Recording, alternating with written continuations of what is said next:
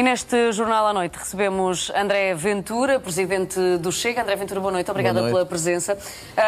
Temos vários assuntos.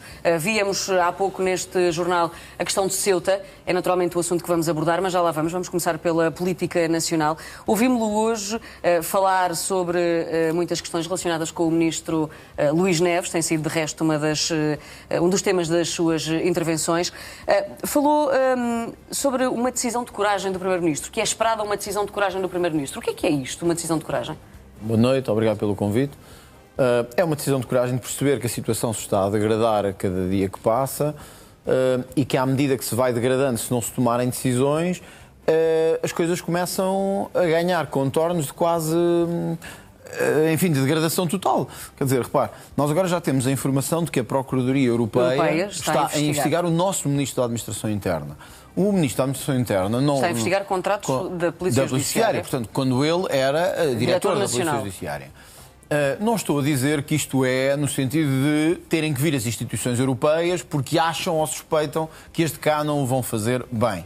Não creio que seja isso. Mas é um sinal de que há duas coisas. Há suspeitas para lá do que pensávamos na questão do uso de dinheiros europeus, PRRs e outros fundos europeus, senão não era a Procuradoria Europeia a competente. Portanto, não podia ser feita. São fundos europeus, portanto, terá de ser a Procuradoria Europeia. Portanto, é porque há aqui suspeitas de uso indevido, suspeitas. Pode haver crime. Claro, mas é uma questão preventiva fraude, também, não é? Evidentemente, de fraude ou de uso, de desvio de dinheiro no uso de dinheiro europeu. Sim. Isto para um ministro que já vem de um rol de situações que ele próprio optou por não explicar, ou por explicar autoritariamente, entendendo que não devia dar explicação nenhuma, é um desastre político, porque toda a gente, eu estou convencido que toda a gente, inclusive os militantes e os apoiantes dos dois partidos que não são os do Chega, do PS e do PSD, mesmo esses apoiantes já perceberam que alguma coisa está a esconder Luís Neves, mas também que alguma coisa está a assegurar Luís Neves que não é o razoável e que isto já está muito para lá do razoável. O que é que eu espero? Que o Primeiro-Ministro... Repare, digo isto mesmo com toda a lealdade política. Eu compreendo que o Primeiro-Ministro tenha, com o seu Ministro da Administração Interna, num momento como o que estamos a viver, portanto, é um momento delicado para a Administração Interna, algumas cautelas, não é? Estamos num tempo de incêndios. E de exigência da Administração Interna. Por outro lado, isto só não foi resolvido até este momento porque o Primeiro-Ministro se escudou à sua responsabilidade. É verdade que o Presidente da República já devia, na minha opinião, ter tido alguma intervenção, não sei se já teve outro tipo de intervenção ou não, mas publicamente, mas é o Primeiro-Ministro que lidera o Governo. É o Primeiro-Ministro que devia ter chamado Luís Neves e ter perguntado: Sr. Ministro da Administração Interna, isto que se passa aqui, qual é a explicação razoável para isto? E atenção, eu não estou a falar daquelas coisas de natureza privada. Mas então, se chamou, ficou convencido das explicações que foram dadas, é que eu ainda hoje não compreendo uma coisa. O que é que não compreende ainda? É isso que eu lhe vou dizer. Eu não estou a falar aqui, embora isso tenha a sua dose de escrutínio necessário, das questões até de natureza mais pessoal, etc. Estou a falar de coisas muito objetivas, como que o Ministro disse que deu aquela ordem de que o atrelado fosse para Barcelos, para o construtor amigo, sim, que foi tudo lícito, tudo legal e que foi tudo feito de acordo com as hierarquias da Polícia Judiciária. Então, porque é que a Polícia Judiciária mal soube que estava lá o outro lado, foi lá buscá-lo? Porque é que mal soube que lá estava, foi apreendê-lo? E porque é que o Ministério Público abriu um inquérito? Porque, evidentemente, aquela decisão não foi legal. Já tinha sido dada essa ordem, mas ainda não tinha sido executada. E a ordem era para a destruição do magistrado do Ministério Público. Repare, houve uma violação de um dever legal, violou-se uma regra judicial, o próprio diretor da Polícia Judiciária, por razões que não se compreende. Vamos lá ver, eu vou tentar não ser também muito, com uma linguagem demasiado grosseira. Alguém acredita que um empreiteiro decidiu, por ser um benemérito, por ser um tipo porreiro, ir buscar um atrelado da PJ perigoso, que a Armada não quis que tivesse no seu pátio, e o aceitasse levar por porreirismo, porque é um tipo simpático, para o seu depósito e armazém, e ali ficasse. O Ministro disse isso, o empreiteiro também em entrevista... mas não é credível, e o Primeiro-Ministro tem que ter aos meios de comunicação social disse isso. Acha que não é credível? Não acredita? E não é credível, não é para mim. Não há ninguém no país que acredite nisto. Ninguém acredita, acha que ninguém acredita? Tem ouvido essas explicações? Eu não acredito. Repare, o material que era perigoso e que era muito caro destruir, 150 mil euros segundo o Ministro, não sei onde é que foi buscar esse valor, também, segundo me dizem, é uma coisa... Já sido um valor dado também, para algumas empresas, enfim, para destruir. Também, segundo me dizem, nem sequer é a PJ que tem que fazer essa destruição, há um instituto para isso e, portanto, a coisa mete os pés pelas mãos também, mas vamos à questão de fundo. É uma coisa muito grave, perigosa para a saúde pública e que custa 150 mil euros destruir. Mas pode estar a céu aberto à vista de todos num acampamento de um construtor, com o perigo que tem para a saúde pública e para a ordem pública. Isto não cabe na cabeça de ninguém. Depois, para lá desta questão, que é grave, temos uma série de outras questões a que eu já me referi, eu tenho que me referir a elas novamente, porque eu acho que elas estão a adensar, que agora compreendo coisas como o porquê que, quando decorreu a Operação Influencer, que afastou António Costa, porque é que o Ministério Público afastou Luís Neves. Quer dizer, agora nós temos que começar a pôr questões em cima de questões. A Polícia Judiciária não foi envolvida nessas buscas. Luís Neves, porque eu acredito. Repara, o Ministério Público trabalha maioritariamente com a Polícia Judiciária. Nestes crimes, neste tipo de crime. Foi a PSP que esteve envolvida nessa situação. Porquê? Num crime e num tipo de crime que era evidente que era a Polícia Judiciária que era a competente, em teoria. Porquê é que afastaram Luís Neves? Porque já aí provavelmente se percebeu que havia uma cumplicidade com o poder político que não era desejável e que era até perigosa. Acha que foi isso? Eu não tenho dúvidas qual é a outra razão. Não há outra razão possível. Não sei, estou a perguntar. É a única razão possível, não há outra. Quer dizer, agora olhamos para os factos, eu compreendo porque é que Pedro Passos Coelho disse, na altura, que não se devia passar de diretor da PJ para ministro. Eu também não, e atenção, eu também não antevi essa situação. Mas agora compreendo, de facto, um diretor da Polícia Judiciária que teve, entre outras coisas, a missão de investigar o próprio Primeiro-Ministro e que agora passa para ministro desse Primeiro-Ministro, isto é, para não usar uma expressão ordinária, é uma bandalheira.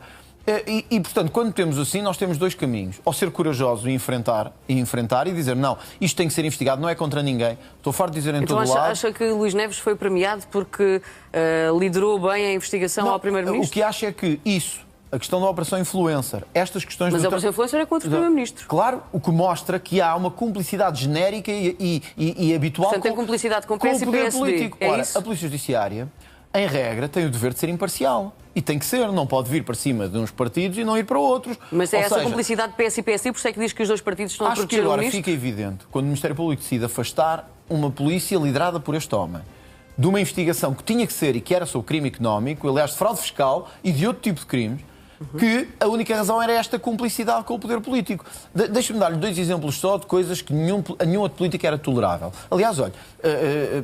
Aqui, nesta casa, onde estamos agora, hoje li um artigo sobre isso também do diretor, do Carlos Rodrigues, muito claro sobre isso, até usar a expressão infelizmente, mas diz infelizmente, parece evidente que Luís Neves tem que sair, porque é uma questão de prestígio da autoridade do Estado, e de outro, um ex-diretor também, que li ontem ou hoje, do Otávio Ribeiro, que deixa claro que é em momentos como este que as comissões de inquérito fazem sentido, e é por isso que elas existem. Mas deixa-me dar dois exemplos de que eu acho que não se toleraria a nenhum outro político.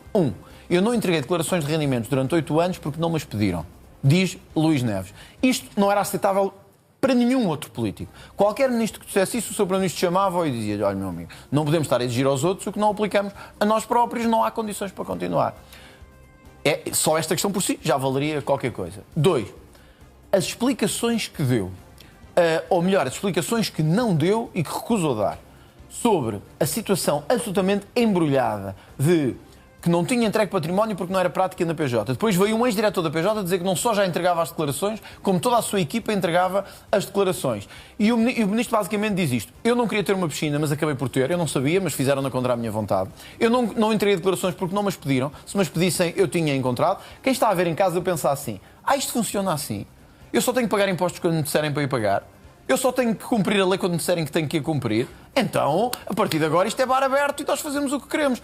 Quer dizer, quando um ministro que tutela a legalidade diz uma coisa destas e se mantém em funções, sinceramente, eu fico a pensar, como líder da oposição, porque é esse o meu dever, fico a pensar assim: que coisa tão profunda amarra PS e PSD para não perceberem o óbvio, não é? O que é que acha que amarra PS e PSD, como diz? Não sei. Isso não sei. Isso é o PS e o PSD que têm que explicar. Não creio que sejam coisas de natureza... Não creio que seja uma ligação pessoal ou uma relação pessoal, porque todos temos ministros, secretários de Estado, deputados, presidentes de Câmara, que temos ou não melhor ligação pessoal e apreciamos mais ou menos. Mas também temos olhos na cara e ouvidos para perceber quando a situação atingiu um limite tal que é insustentável. Portanto, não me parece que sejam coisas de natureza é amigo de Luís Neves ou não é amigo, nem creio que se baseiem nisso. Agora, que efetivamente há medo e receio de exigir a Luís Neves o que se exige aos outros, sim. Veja a comissão permanente que aconteceu na Assembleia da República esta semana. O Chega queria...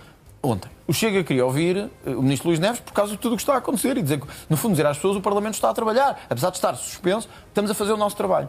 PS e PSD lá arranjaram uma artimanha em que não vinha o ministro Luís Neves, e não veio ao Parlamento, mas atiraram para a fogueira um outro ministro para ir lá, no fundo, distrair as atenções. Tiveram algum azar, porque entanto saiu isto da Procuradoria Europeia ontem, e a coisa não funcionou. Mas juntaram-se para neutralizar uma iniciativa que todo o país penso que tem interesse, Porquê é que se chega a este nível de conluio, de proximidade, de taticismo? Porque estão agarrados. É a única, francamente, é a única conclusão que eu posso tirar. Então... E olha, eu também quero... Eu já estive aqui neste estúdio muitas vezes e critiquei o trabalho dos jornalistas. Também tenho que dizer aqui o contrário, porque estava a dar 2 exemplos, há outros, e noutros órgãos também, mas este aqui também, porque provavelmente o Chega, sozinho, não teria tido, digamos assim, a capacidade de mostrar ao país o que é que estava em causa. E nós mostramos que ainda temos alguns porque outros estiveram muito mal, mas ainda temos alguma imprensa que não tem medo. Isso é muito, muito importante no nosso país. Ainda bem, é sempre bom ouvi-lo elogiar o trabalho dos jornalistas, agradecemos muito. Mas volta àquela pergunta que lhe fiz inicialmente. O que é então essa decisão de coragem que espera do Primeiro-Ministro? É demitir o Ministro da Administração Interna? Eu vou dizer o que é que eu faria como Primeiro-Ministro. Eu exigiria, sobre estes temas e outros que lhe referi, uma explicação. E uma explicação que fosse compreensível, que eu pudesse transmiti-la também ao Presidente da República e dizer, olha, o Sr. Ministro não vai sair por isto. Ou não vai sair agora, sairá no final do mês por uma questão qualquer. Ou porque está no meio de uma gestão de um dossiê importante, a questão dos incêndios, ou outra. Mas teria feito isso. O que sabemos de Luís Montenegro, até agora, o que sabemos, isto é o que sabemos e é o que eu sei também, é que essa exigência, essa confrontação não foi feita. E não se exigiu ao Ministro da Administração Interna o que se exigiria a qualquer outro. Aquelas imagens que estamos a ver aqui na NAU são da conferência de imprensa que o Ministro fez o país esperar. Também acho que nenhum outro político teria esta benesse. 2 ou 3 semanas... 19 dias. 19 dias para dar uma conferência de imprensa. E todos vimos o que é que aconteceu. Meteu os pés pelas mãos, foi autoritário, aumentou mais questões do que aquelas que já existiam.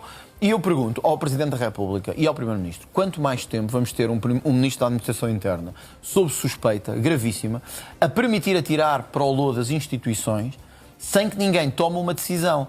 E eu acho que aqui, se o Primeiro-Ministro não tomar, António José Seguro vai ter que, por muito não seja o feitio dele e a forma dele... O Chega vai pedir uma reunião com o Presidente da República para falar sobre isso? Eu já falei com o Presidente da República sobre este assunto. Não era diretamente a questão, mas falámos sobre este assunto. Mas pondera pedir outra reunião? Eu entendo que neste momento António José Seguro tem todos os elementos na sua disposição para tomar uma decisão. Por muito menos, Jorge Sampaio pediu a Armando Vara que saísse do governo. Também da Administração Interna, curiosamente. E eram questões que não tinham nada a ver com este tipo de cumplicidades e de ilegalidades que se estão a ver aqui. Sabe, olha, outra coisa curiosa que notei, aqui no estúdio da NAU também, ouvi Fernando Medina, a semana passada dizer, não, Luís Neves não tem que sair, isto são pequenas coisas, pequenas irregularidades que o Ministro tem é que ter a sua autoridade, isto é tudo culpa do Chega. O Chega é que está a potenciar isto. Não é as declarações não entregues, não é os atrelados mal explicados, não é a cumplicidade de poder, não é os inquéritos na Procuradoria Europeia, é o Chega.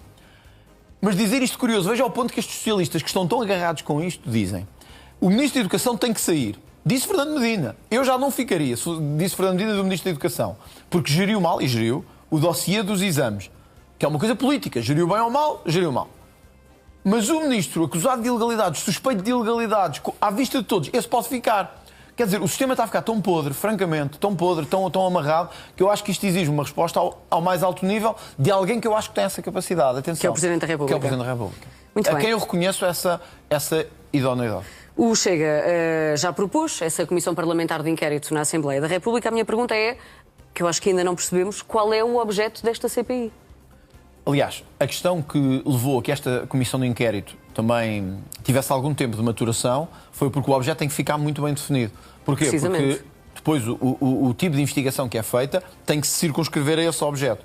O que é que basicamente o Chega quer investigar aqui? Aquilo que Luís Neves fez à frente da PJ numa série de áreas que levantam suspeitas, uma delas é esta, a gestão patrimonial, a forma como alguns processos aparentemente eram e foram levados na pura informalidade, mesmo tratando-se de questões como esta do tráfico de droga. Uma das questões que os jornalistas lhe colocaram foi e se isto vier a absolver o traficante de droga por nulidade da prova. E Luís Neves diz, não, isso da prova está tudo resolvido.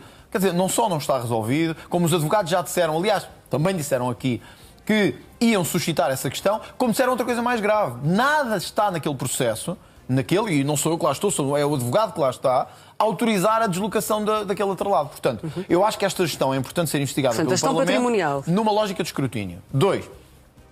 As cumplicidades de Luís Neves com o poder político, que foi passando nos mandatos em que ele teve essa responsabilidade. Agora já vi outros analistas falarem disto, quer neste canal, quer no outro. Olha, vi o António José Vilela, o antigo jornalista desta casa também, da Sábado, mas também outros comentadores de outros canais de televisão dizerem que há uma coisa que tem que ser explicada. É porque é que, em operações fundamentais que envolviam o poder político, Luís Neves foi afastado. Por quem? Repare, não era por nós. É porque estava em cima a liderar a investigação. Que suspeitas tinham de que Luís Neves não seria leal com quem está a fazer a investigação.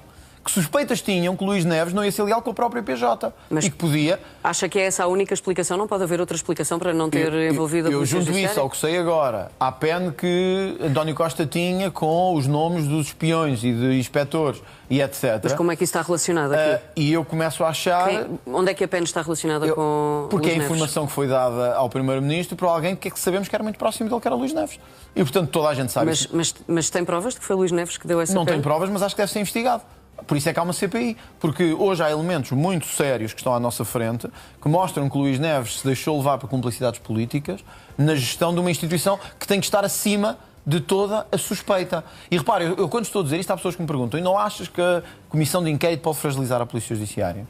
Eu acho que 90 e muitos por cento da Polícia Judiciária tem interesse nesta Comissão de Inquérito. Porque são os primeiros a ter interesse em que a sua instituição seja transparente e saia deste radar de suspeita. Deu-me 2 pontos para o objeto da CPI. Mais alguma questão que o Chega a se houve ou não processos, e isso vamos ter que lidar de forma, obviamente, cautelosa, devido às questões de sigilo, mas também às questões internas da investigação, se houve ou não alguns processos que foram politicamente condicionados por esta proximidade de Luís Neves. E acho que essa questão também agora é relevante. Dei-lhe o exemplo da influencer, podia-lhe dar outros. Quem é que vai chamar para depor nesta Ainda não comissão temos de inquérito? essa lista feita. Mas pondera, por exemplo, o Procurador-Geral da República, uma vez que o Ministério Público liderou esta investigação, a Polícia Judiciária foi afastada. Pondera chamar o Procurador? É uma questão que tem que ser ponderada.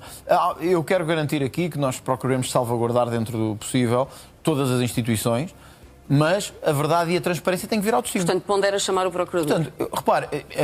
Admite que possa chamar o Procurador. Se for nesse caso, também pode acontecer os antigos procuradores. Não só este, porque outros trabalharam com Luís Neves.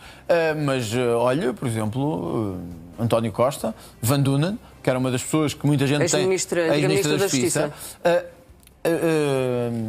José António Ferreira, penso que é esse o nome dele, é comentador na SIC, nesta casa, tem feito uma análise também muito escrutinada das nomeações que foram feitas para a Polícia Judiciária nos últimos anos pelo poder político, e é o trabalho dele, não é meu, nem do Chega, e apontou uma série de interferências do poder político nas nomeações feitas para a Polícia Judiciária, que agora vão ter que ser também escrutinadas. Van Dunen, a Ministra da Justiça, aquela que foi nomeada por António Costa e que era evidente que não tinha condições para ser Ministra da Justiça, mas que fez uma série de nomeações, só para dar um exemplo, que mostram uma cumplicidade muito perigosa entre o poder político e o poder policial. Repito, o poder policial, e eu sei do que falo, eu conheço dezenas, centenas, para não dizer milhares de elementos policiais neste país, de todas as polícias. O poder policial não só tem, como quer, ser independente do poder político. Quando o poder político começa a nomear pessoas para condicionar processos, para silenciar uns e aumentar a pressão sobre outros,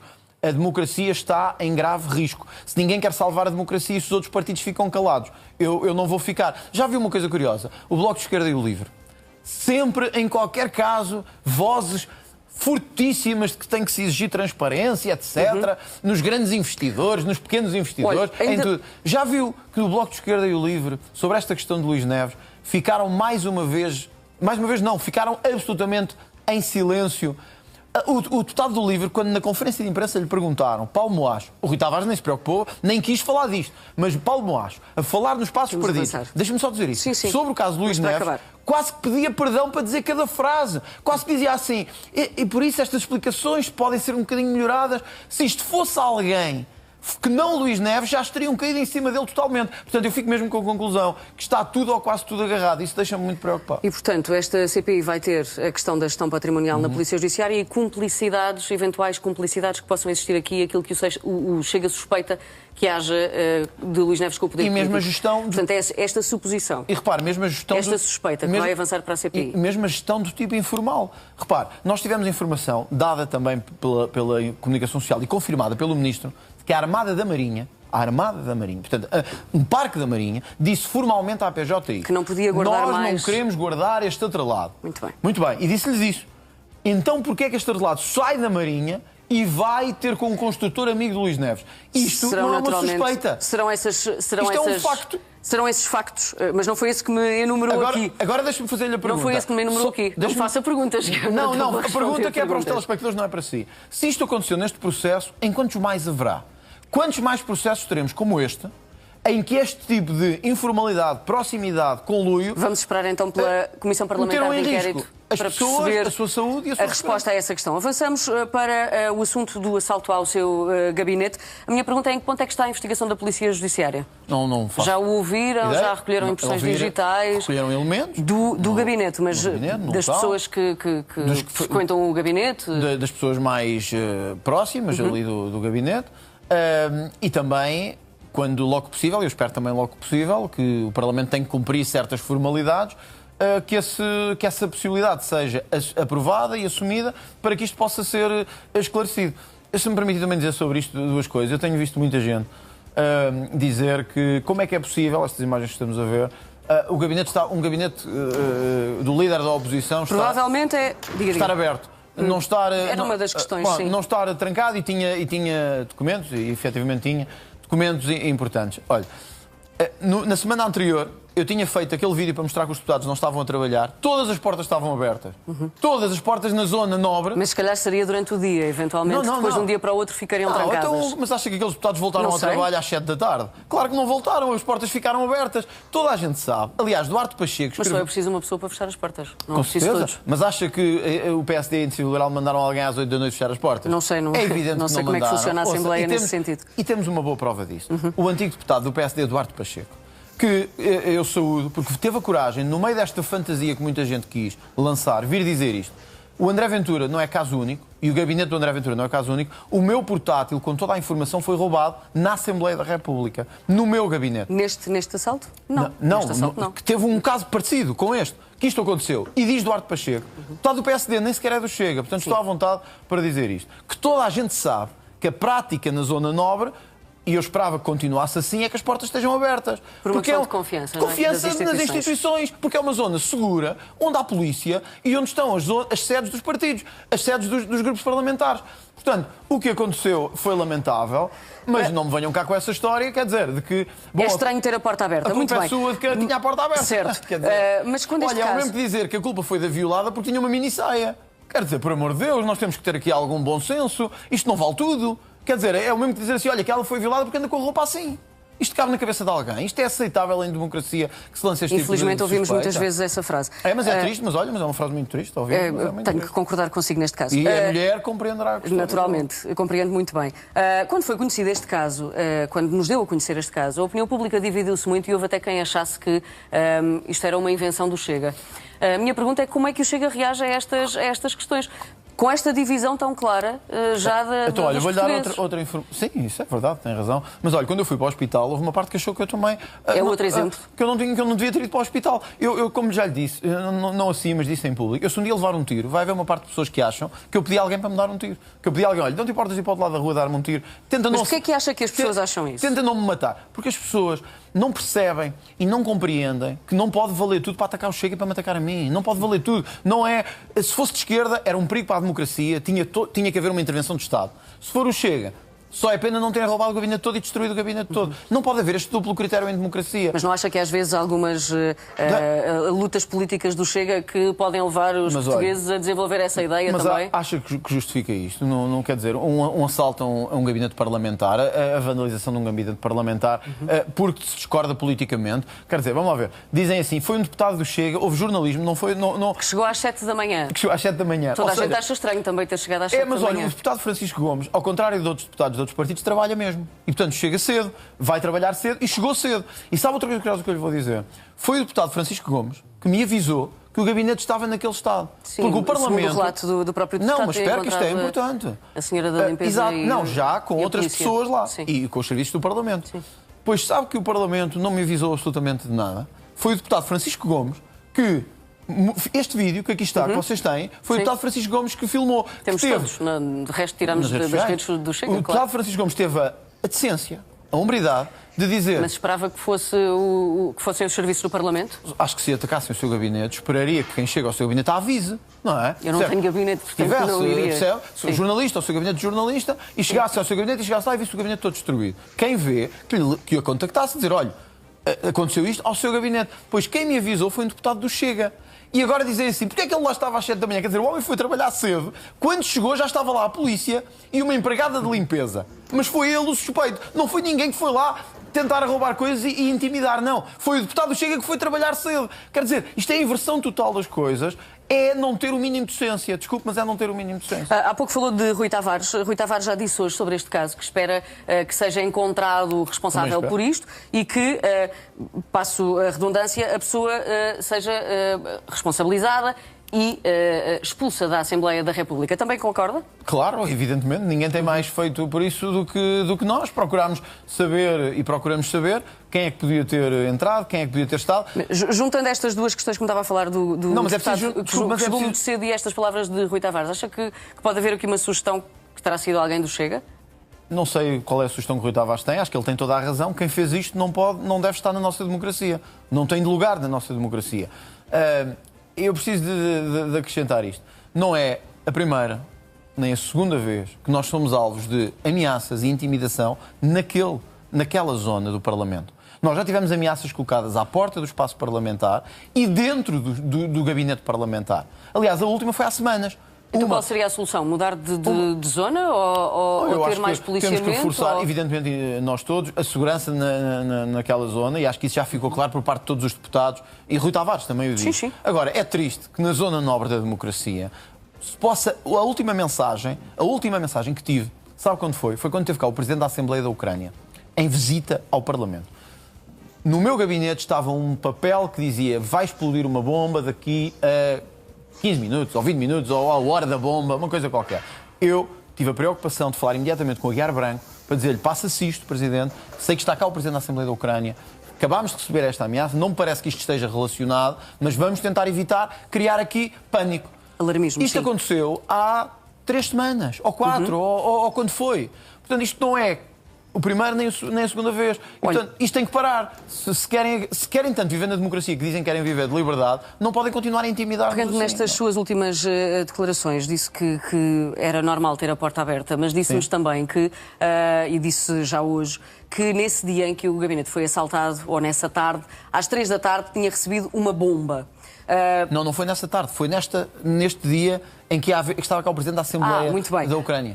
Que tinha recebido uma bomba. E o Ministério Público desenvolveu um inquérito. Houve um inquérito, não foi logo público, por razões de... Então foi eu que percebi mal aqui nesta transcrição. Foi entregue à polícia do Parlamento, o Ministério Público desenvolveu um inquérito, infelizmente acabou por arquivar, também reconheço que é difícil ali desenvolver outras diligências. E isto foi há pouco tempo. Portanto, nós não podemos estar sempre a ser intimidados desta forma, é só isso que quero deixar. Este material que foi roubado do Parlamento, se era material tão sensível e tão sensível para a pessoa em causa, que é Luís Neves, não tinha uma cópia, não tinha outra pen, não tinha guardado em mais sítio nenhum, não decorou o que é que era, não sabe quem é que lhe deu, não pode pedir de novo. Eu sei quem é que me deu.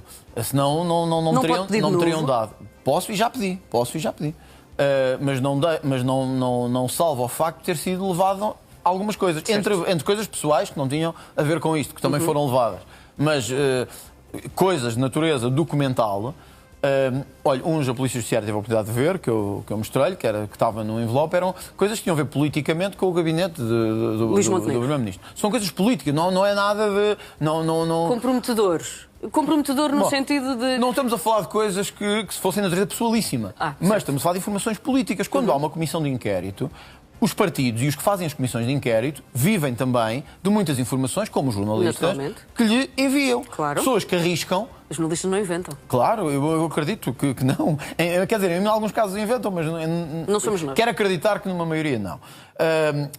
Também as comissões de inquérito vivem de pessoas que com coragem decidem: olha, eu até estou nesta área, mas eu quero impedir que o que está a acontecer continue. Tem aqui informações que são importantes. Por isso é que nós sabemos, às vezes, que tem que se chamar o A, o B, o C. Quer dizer, olha, uma coisa que desapareceu tinha a ver com o Ciresp.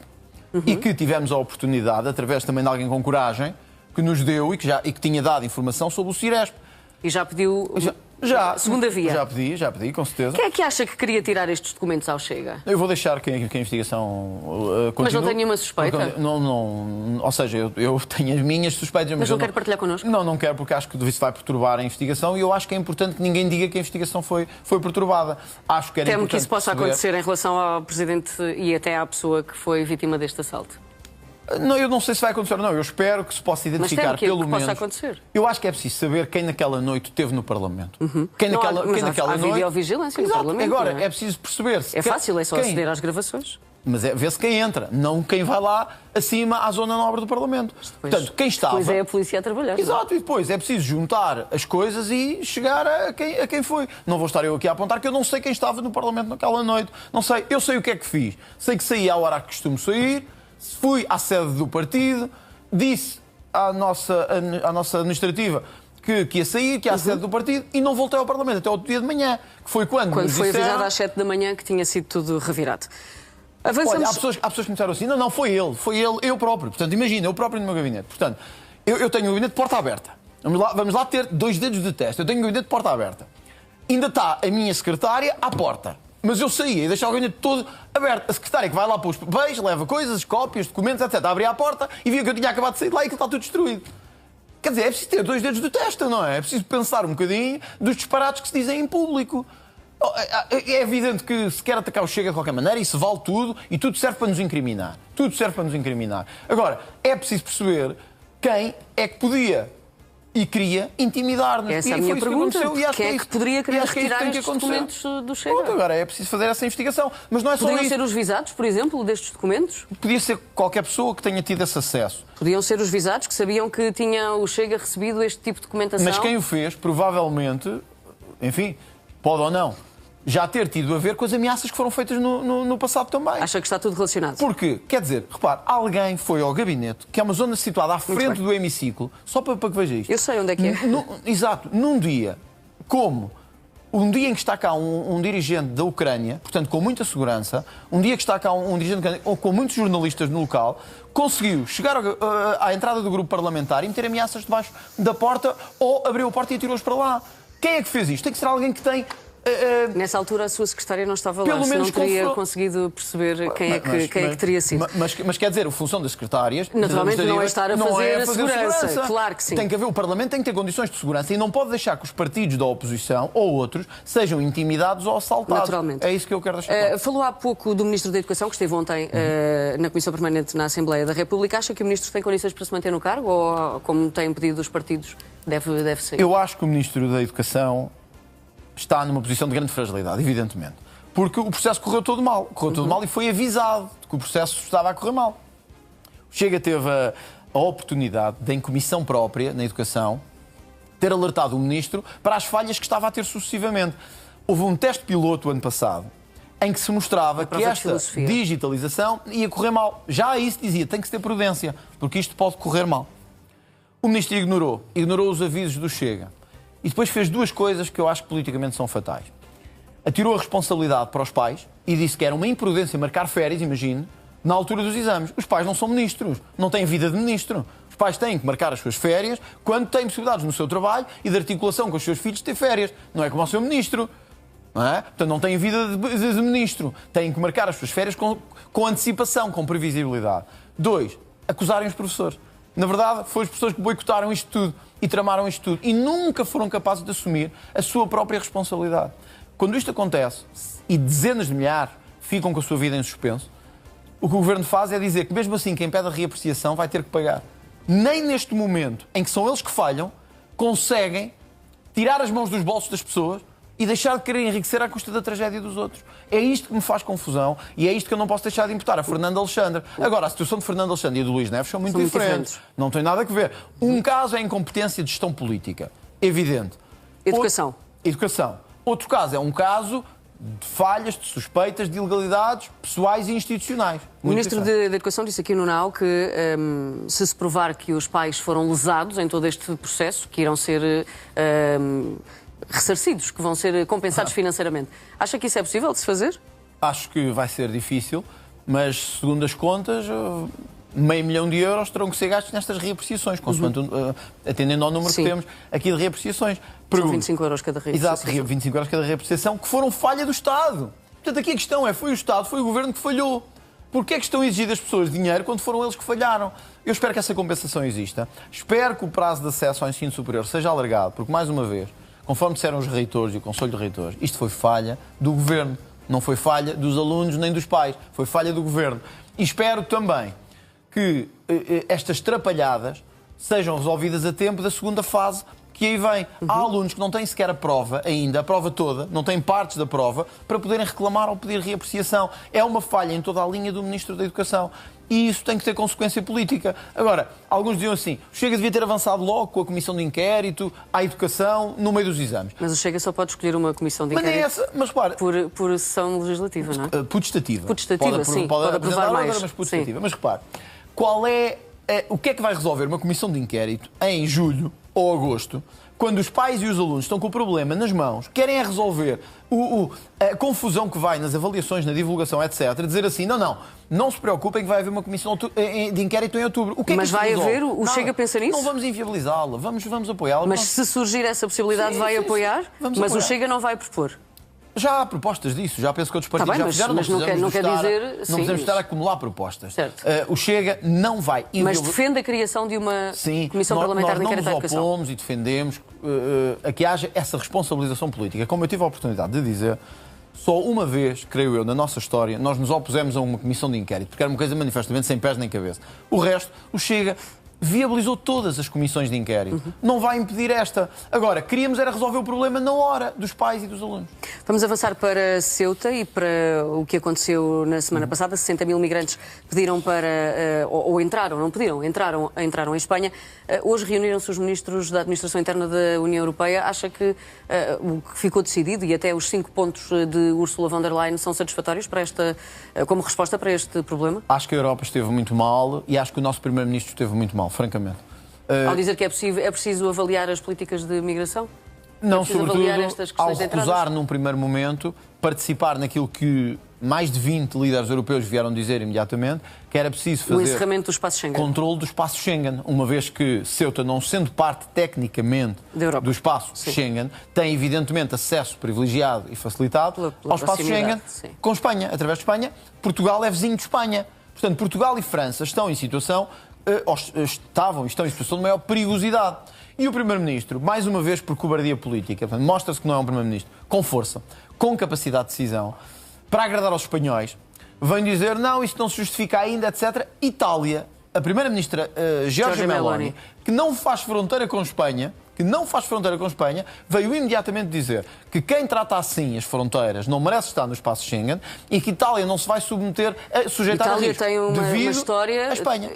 Mas Itália tem uma história também com esta questão da migração diferente da de Espanha, não é? É verdade, mas nós agora também temos. Porque convenceram-nos que eram 500 mil os imigrantes, primeiro que eram 200 mil, depois eram 500 mil, depois eram quase 1 milhão, agora já são 1 milhão e 600 mil. Então, se fosse Primeiro-Ministro, como é que resolvia esta questão? Primeiro, eu imediatamente repunha os controles na fronteira enquanto a situação não estivesse resolvida. Isso significa impor os controles, fechar o espaço... Não significa impor controles. Os controles que não existem agora, territoriais... Mas não fechava, então? Tinham que ser repostos, para evitar que quem agora há uma livre circulação. Claro, entraram numa hora, se não me engano, ou por aí... 60 mil pessoas. 60 mil pessoas. Sim. É a maior crise migratória da Europa. E entraram de forma abrupta, criminosa.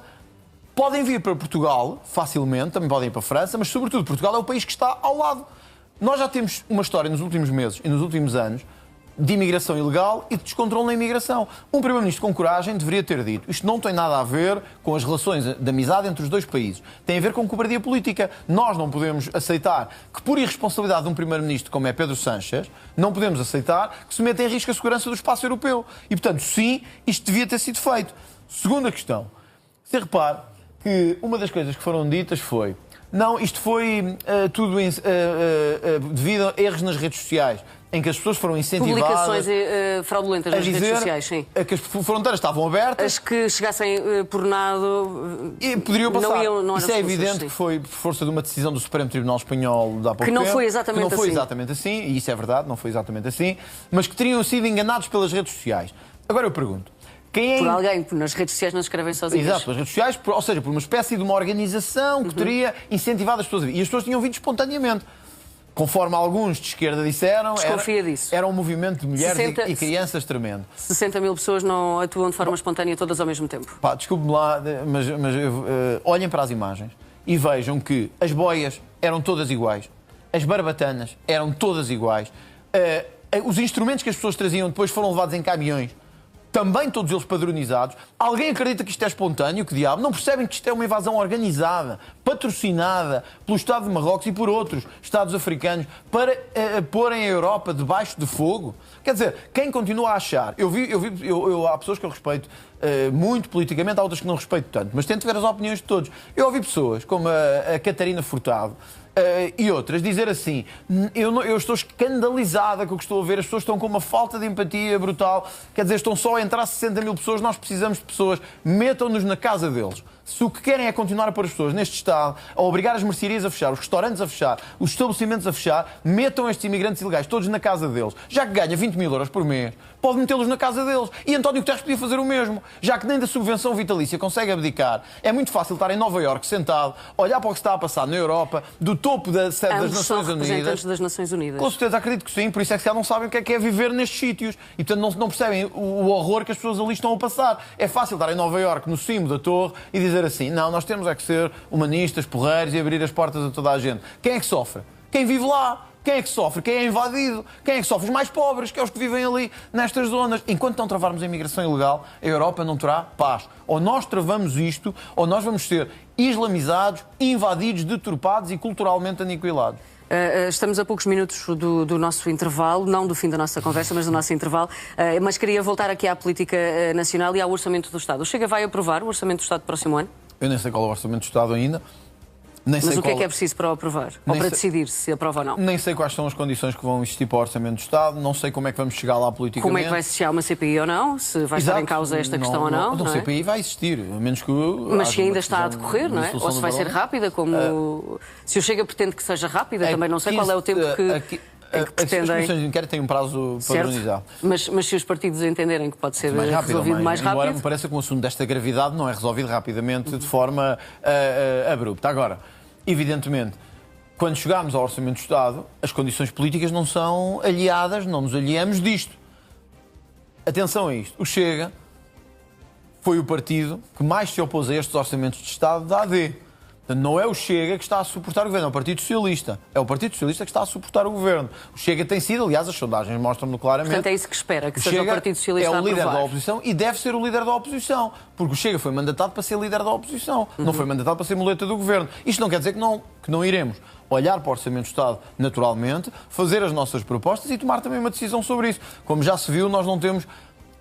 não há aqui nenhum viés político, não é chumbado por ser do PSD. Agora, que o PSD tem governado mal nos combustíveis, na saúde, na imigração, quer dizer, nas pensões, tem governado mal, efetivamente. Olha, hoje os dados que vieram à tona a público do aumento descontrolado, quer da dívida pública, que já é de 92,8% do PIB, 92,8%, quer do aumento da despesa pública durante o último ano.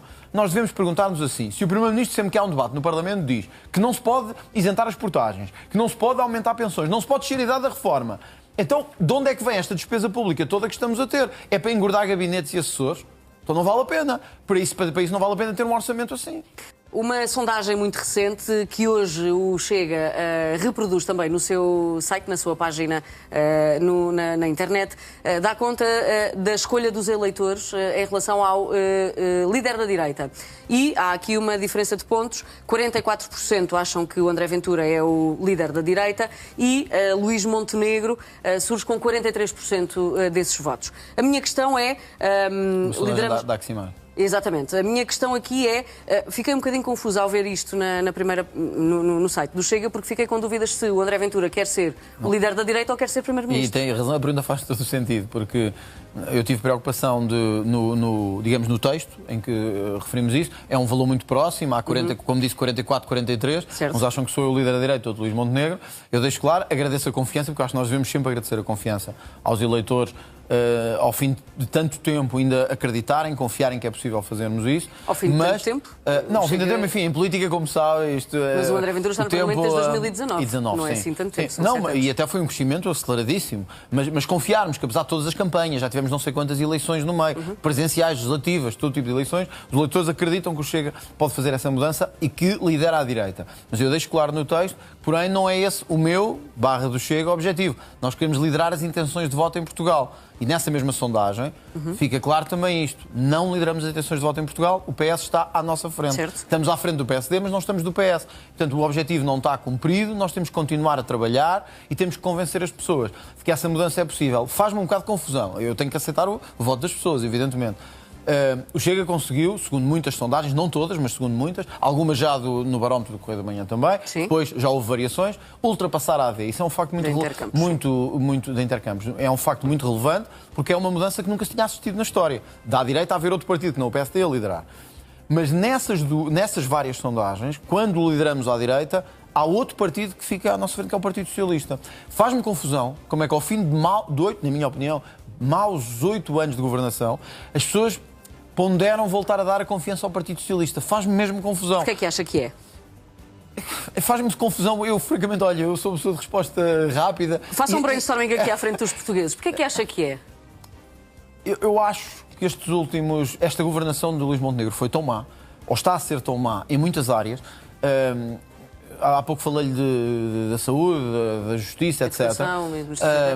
O ano passado, o aumento do valor das casas na habitação em Portugal foi o maior da União Europeia, 18%. Em 10 anos, os preços das casas em Portugal aumentaram 150%. É o segundo maior da União Europeia. Isto mostra um governo de desastre. E talvez muita gente, ao ver esta má governação que o Montenegro está a levar a cabo, entenda que a opção que tem, porque historicamente foi essa a alternativa... Os partidos de centro. Há o PSD... Mas o Chega ainda não se afirma como essa alternativa? Claro, ou acha que os portugueses ainda não veem o Chega dessa forma? Em todos os estudos de opinião, todos, e aqui refirmo a todos, dos intercâmbios, da Aximage, dos barómetros dos outros canais de televisão, dos outros jornais, todas as empresas, colocam o Chega indiscutivelmente como líder da oposição, mas a uma distância de 20, 30 pontos para José Luís Carneiro. Portanto, os portugueses veem-nos como o partido que lidera a oposição em Portugal. Qual é o nosso trabalho nos próximos tempos? E é isso para ir ao encontro de responder à sua questão. É mostrar-lhes que não somos só os líderes da oposição, que temos condições de ser os líderes do governo. Esse é o meu trabalho. Mas essa é a minha missão. Acha que agora é só isso que os portugueses querem do Chega? Que sejam líderes da oposição? Era isto que eu estou a dizer. Agora veem-nos como líderes da oposição. Isso. E o que eu espero é que não nos vejam só como líderes da oposição, mas como uma alternativa de governo. Eu também tenho que fazer a minha parte aqui. E a minha parte é mostrar um governo de sombra sólido, para mostrar às pessoas que temos alternativa de governo. É mostrar políticas sólidas. E é mostrar que não nos preocupamos só com a espuma dos dias, e temos visão de médio e longo prazo. E eu vou tentar fazer isso. Mas perante aquilo que me está a dizer, então ainda não podemos ir a eleições. Não faz sentido irmos a eleições, ou melhor, pelo menos para o Chega não faz sentido ir a eleições, porque não vai ao encontro desse seu objetivo. Não, mas eu não vejo o país com os meus interesses. Se formos a eleições, iremos. Eu acho é que não é bom para o país ir a eleições novamente, porque andamos sempre em eleições. E repara, o Chega agora até teria mais do que teve. Mas eu pergunto sinceramente, as pessoas querem eleições a cada 6 meses? Para andarmos em campanhas eleitorais de 6 em 6 meses, as pessoas não estão cansadas de campanhas eleitorais. Nós evitamos campanhas eleitorais e eleições se não deixarmos as instituições degradarem-se como está a deixar o governo. É evidente que se isto continuar, por exemplo, isto do Ministro da Administração Interna... Chega, afirma-se como um partido capaz de fazer esse resgate. Com certeza, mas repare, porque é que não apresentámos uma moção de censura? E fizemos uma comissão de inquérito? Porque entendemos que não podemos andar de eleições em eleições a cada 6 meses. Pode haver responsabilidade sem haver eleições a todo o tempo. Também me dizem assim, era isto que eu lhe queria dizer. Diga. Às vezes o Chega tem de sair um bocadinho... de ser tão, digamos, escaldante com os assuntos. Ouviu-nos isso ontem aqui com o Pedro Santana Lopes, exatamente. E com essas batalhas eu até lhe ia falar de diárias. Pedro Santana Lopes por causa disso. Porque eu respeito muito Pedro Santana Lopes, além de sermos amigos, eu respeito muito na sua posição, e é um homem que eu admiro. Que o Chega às vezes é muito escaldante nestes assuntos. Eu tinha trazido... E que André Ventura deve andar cansado, exatamente. Eu cansado não ando, mas eu tenho esta energia, mas eu sou assim mesmo. Aliás, quem me conhece sabe que eu sou assim, é o meu feitio, é a minha forma de ser. Eu hoje via uma notícia do Correio da Manhã em que aquela enfermeira assassina vai receber do Estado uma indenização de 30 mil euros. Do hospital onde trabalhava. Uma tipa, desculpem a expressão, que assassinou e desmembrou um rapaz de 21 anos, foi despedida do hospital onde trabalhava. E agora vamos-lhe pagar 30 mil euros de indenização. E houve pessoas que me disseram hoje assim, não pegues nisso. Não toques nesse assunto, isso é um assunto da espuma dos dias. Mas como é que, diabo, nós podemos aceitar que alguém que matou e desmembrou uma pessoa ainda venha a receber uma indenização por ter sido despedido ilicitamente? Que país estúpido é este em que vivemos? Dizem-me assim, um líder da oposição não pode dizer estas palavras. Bom, mas eu digo, terão que escolher no fim. Terão que ver se querem alguém que diga as coisas como elas são ou se preferem andar em mim. Eu não vou fazer isso, vou continuar a dizer e se calhar isso vai-me penalizar também. A história dirá. A história dirá. André Ventura, obrigada pela presença neste Jornal à Noite.